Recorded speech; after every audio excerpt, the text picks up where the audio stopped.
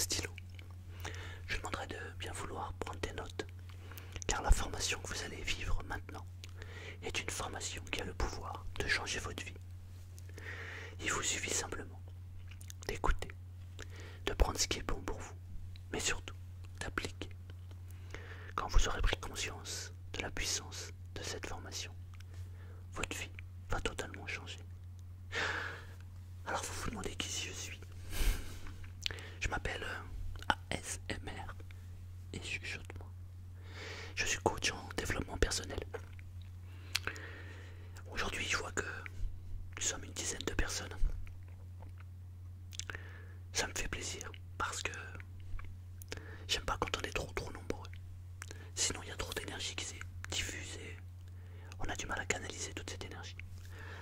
Là, avec une dizaine de personnes, on va pouvoir bien avancer, bien progresser. Cette formation va s'étaler sur plusieurs modules. Et évidemment, plusieurs séances. Il va donc y avoir une série assez longue.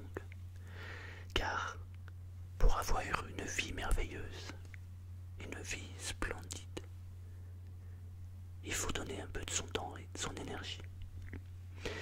Pour cette formation, je vais m'appuyer sur un certain nombre de documents, notamment des livres. On va s'appuyer sur Le plus étrange des secrets de Ern Nightingale. On va s'appuyer sur le livre de René Egli, Le principe LOL 2A.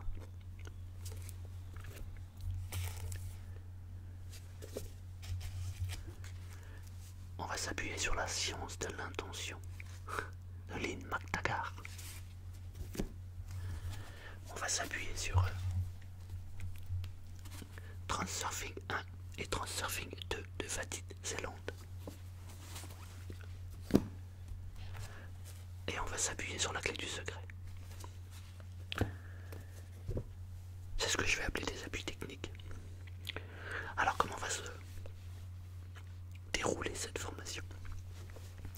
Déjà la première chose c'est que je vais vous demander de vous présenter, brièvement, juste un peu de savoir qui vous êtes, d'où vous venez, qu'est-ce qui vous amène ici.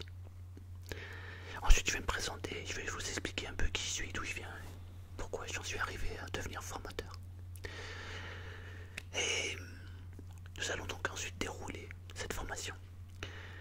Mais à l'issue de cette formation, votre vie va complètement changer.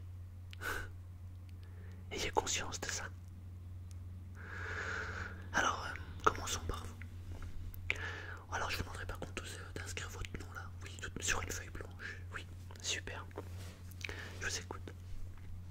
Bonjour. Stéphane, d'accord.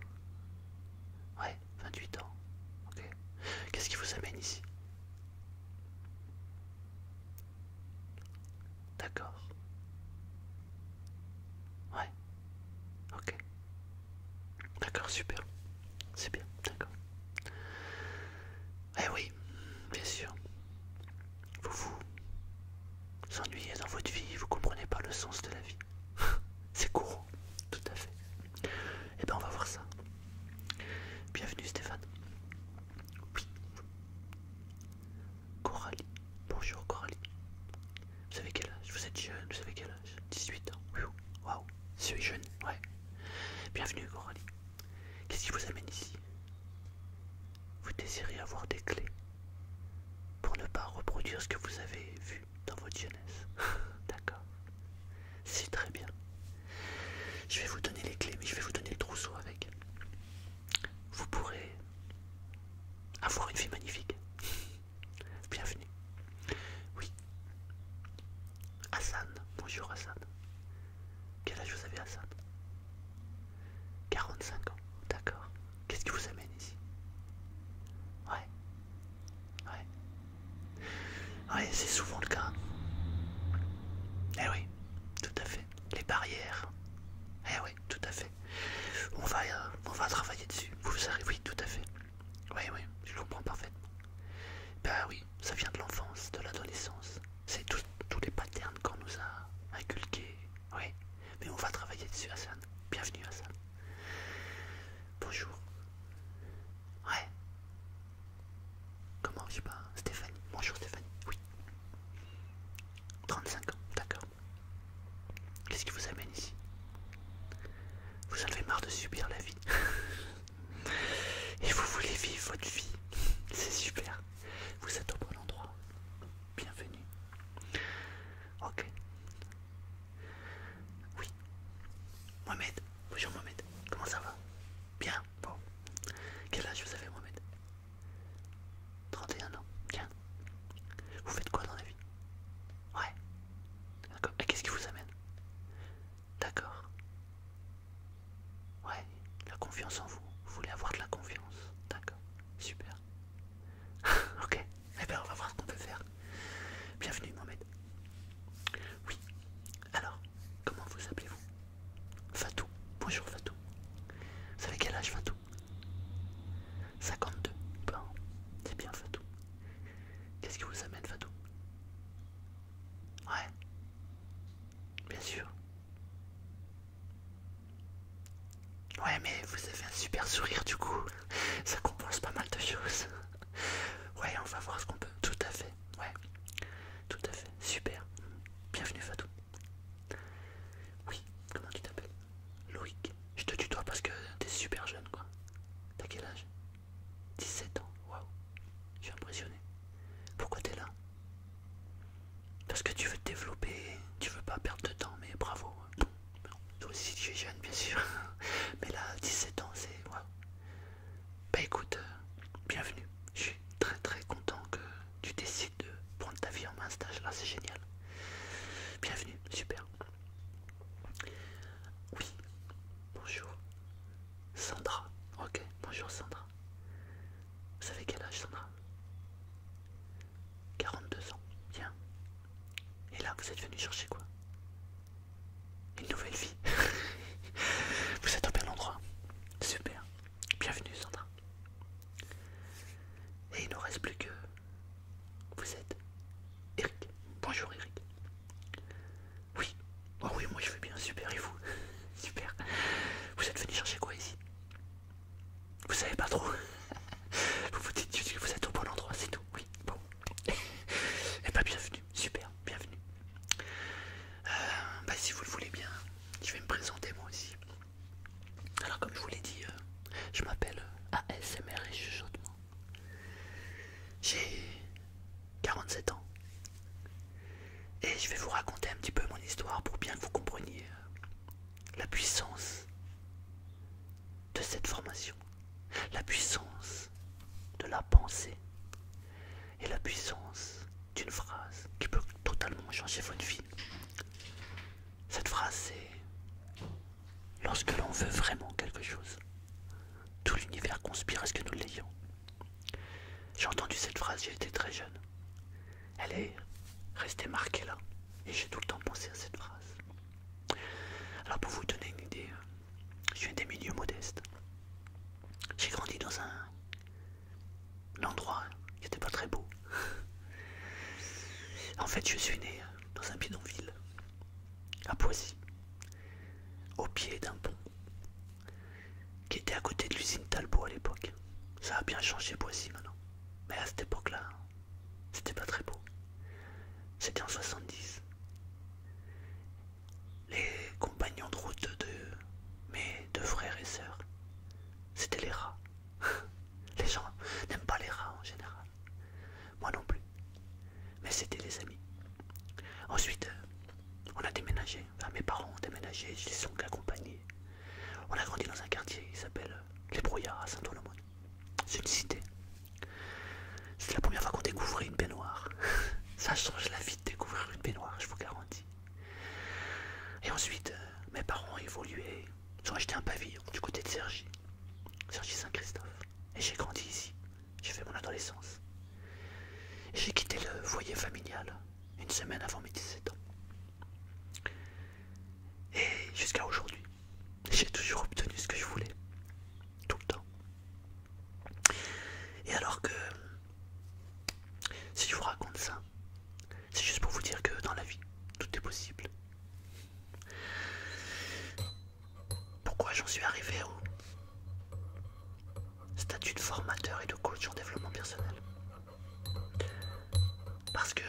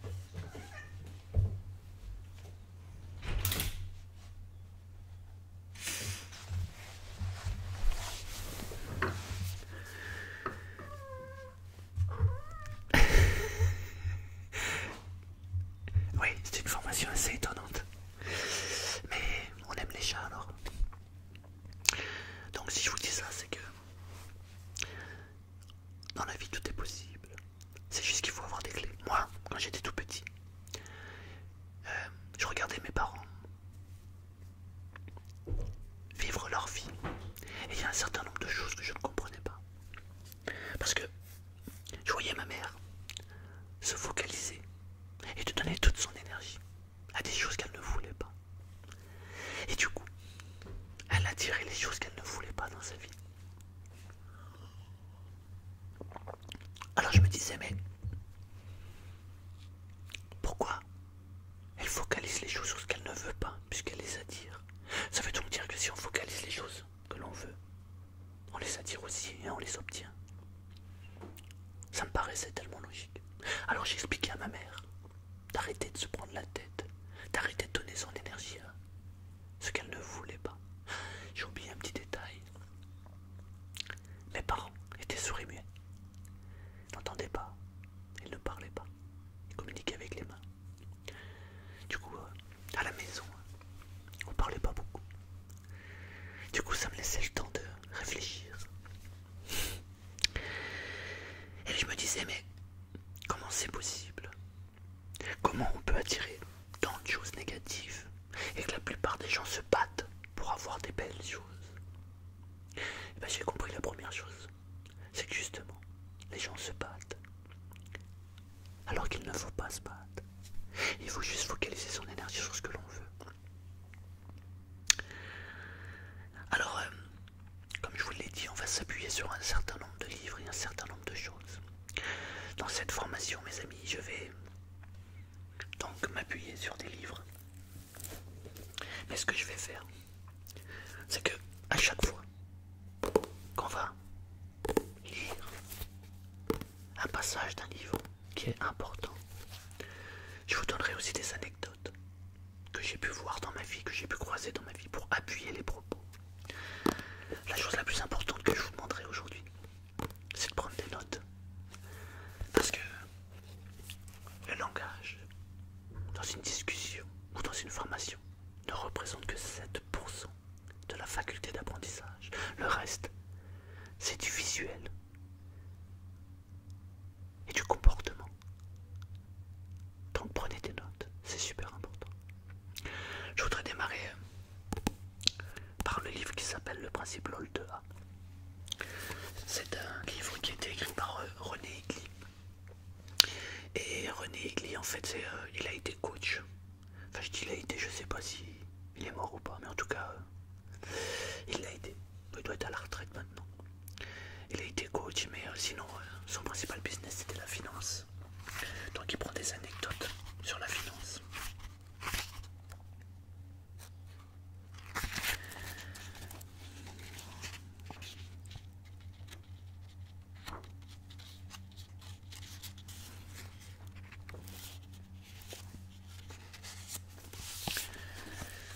Alors, on va démarrer par un chapitre qui s'appelle L'essentiel dans la vie. Un jour, Bouddha aurait dit à la question suivante sur Dieu. Dieu, n'étant que pure théorie, ne l'intéresse pas. Mais alors, qu'est-ce qui est intéressant? Qu'est-ce qui est important? Nous avons toutes les raisons de nous poser sérieusement ces questions, surtout en Occident. Je suis de cet avis car j'entends beaucoup de gens dire « je n'ai pas le temps ». Si nous pensons disposer de si peu de temps, logiquement, nous devrions nous occuper de l'essentiel. C'est l'économiste qui parle. De ce qui rapporte le plus. Mais, curieusement, même pour cela, beaucoup de gens n'ont pas le temps. Comme l'illustre cette petite histoire. Assis sur la berge d'un lac, un homme tente d'attraper des poissons à main nue. Un promeneur s'approche, lui tape sur l'épaule et lui dit « Allons bon monsieur, laissez-moi vous montrer comment on noue un filet.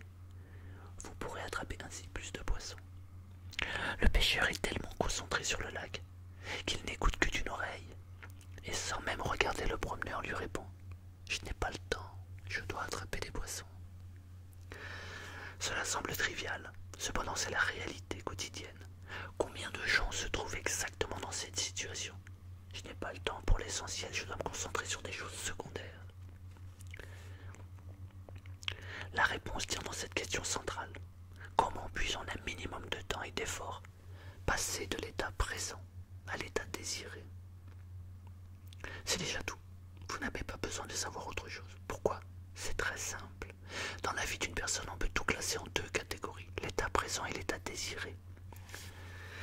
Eh bien, ça résume pas mal de choses. Il y a, on va dire, 95 voire 99% des gens imaginent leur vie, la rêvent mais ne la vivent pas. Les gens vivent soit dans le futur, soit dans le passé, et oublient de vivre le moment présent. Ça arrive fréquemment. Moi, il m'arrive de discuter avec des gens et leur parler. Ils me répondent qu'à moitié parce qu'ils ont une oreille sur la télé ou une oreille sur la radio. Ils ont une pensée ailleurs, mais ils ne sont pas dans le moment présent. Déjà, la clé, une des clés, c'est de focaliser son attention sur ce que l'on veut, non pas sur ce qu'on en aimerait avoir ou une hypothétique situation.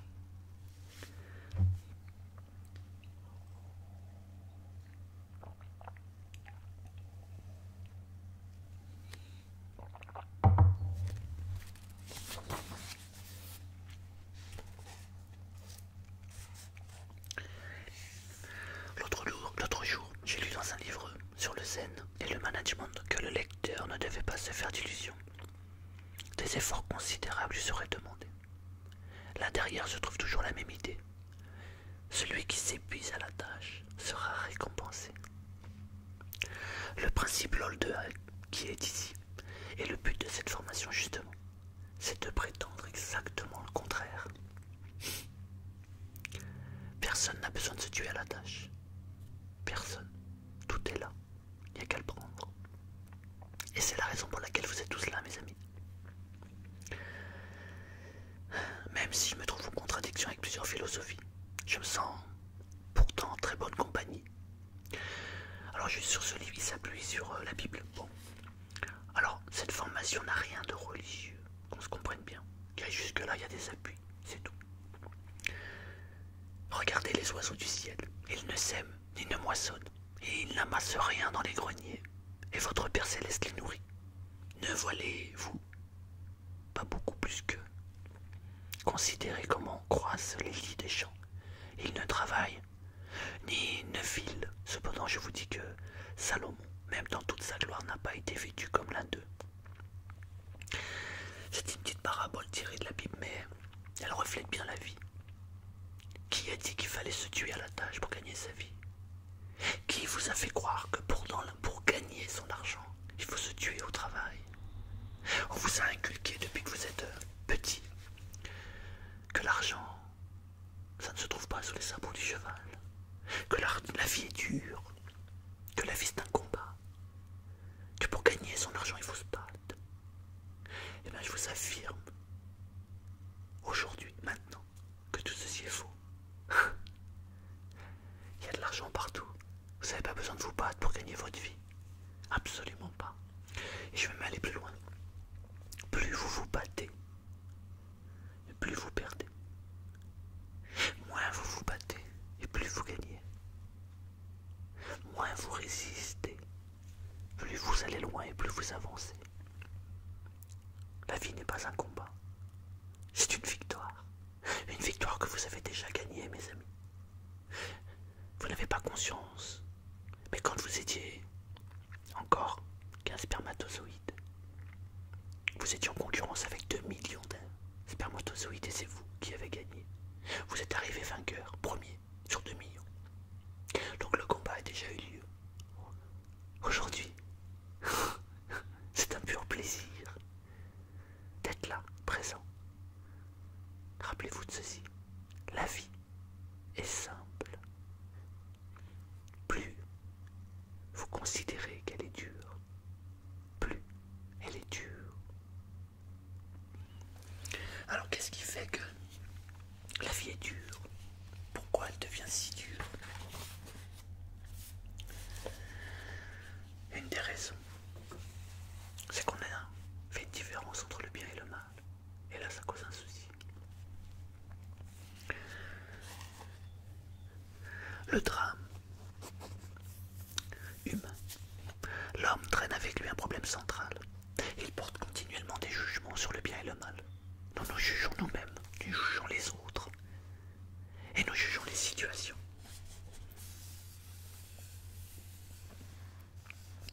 Le hic est que ce qui est bien pour monsieur Meyer est probablement mauvais pour monsieur Müller. Et déjà, les bases du conflit naturelles. Ce sont des conceptions morales de l'homme qui peuvent changer avec le temps et qui sont parfois différentes d'une région à l'autre. Elles ont une chose en commun, celle de produire des conflits intérieurs et des conflits entre les hommes.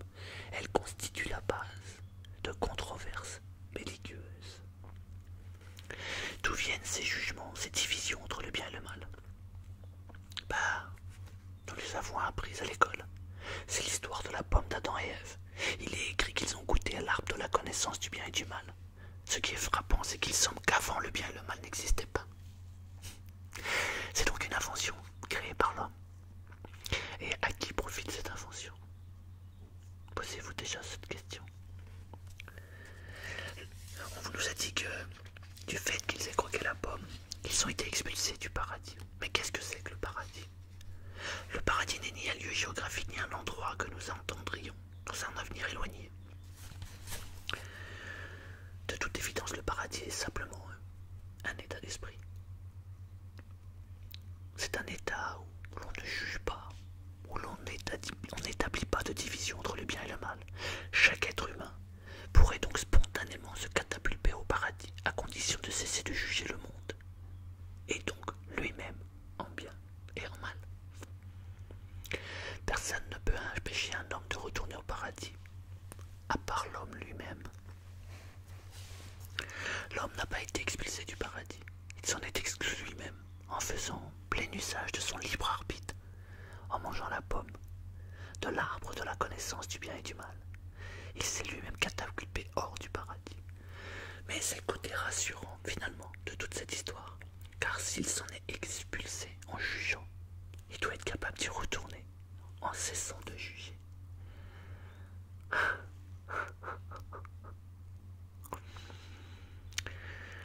Ouais. La division entre le bien et le mal, en fait, comprenez bien que c'est un jugement qui n'existe que chez l'être humain. Les animaux ne jugent pas. La nature ne juge pas, elle ne divise pas. Parce que... Alors, imaginez. Imaginez ce que la nature dirait ou ce que le soleil se mettrait à juger. Il dirait, Monsieur Muller a commis un assassinat. Il n'aura pas de soleil aujourd'hui. Par contre, Monsieur Meyer s'est révélé très serviable envers ses collaborateurs et il a cotisé pour une cause humanitaire, alors il aura davantage de soleil. Pouvez-vous imaginer le chaos qui en résulterait? Si vous n'arrivez pas à imaginer, regardez simplement autour de vous. Constatez ce que l'homme a fait du monde en jugement. Le résultat n'est pas très harmonieux, alors réjouissons-nous que la nature, elle au moins, ne juge pas.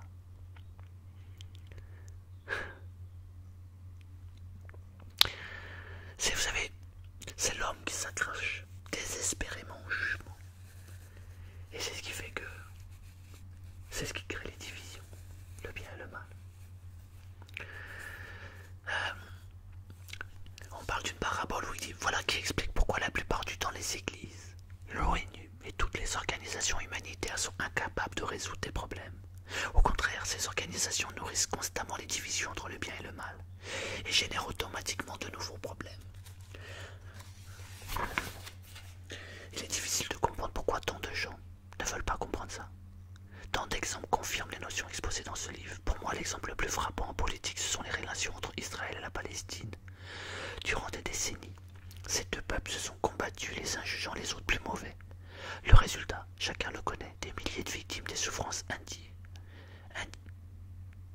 indicibles pour tant de gens, mais aucun progrès dans le processus de paix, aucun progrès dans la qualité de vie. Malgré ou à cause des énormes sommes dépensées, les choses n'ont pas progressé. Il se produit alors quelque chose d'étrange. Malgré tout, certaines personnes s'entêtent à juger, à préférer le conflit à la solution des conflits. L'histoire est pleine d'exemples de ceci. On est tout le temps en train de juger, tout le temps en train de classer entre le bien et le mal. Mais le bien et le mal sont deux choses étonnantes. Parce que, je vais vous donner un exemple concret. Imaginez.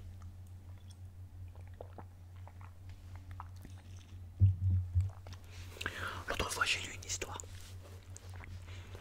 En Afrique, il y avait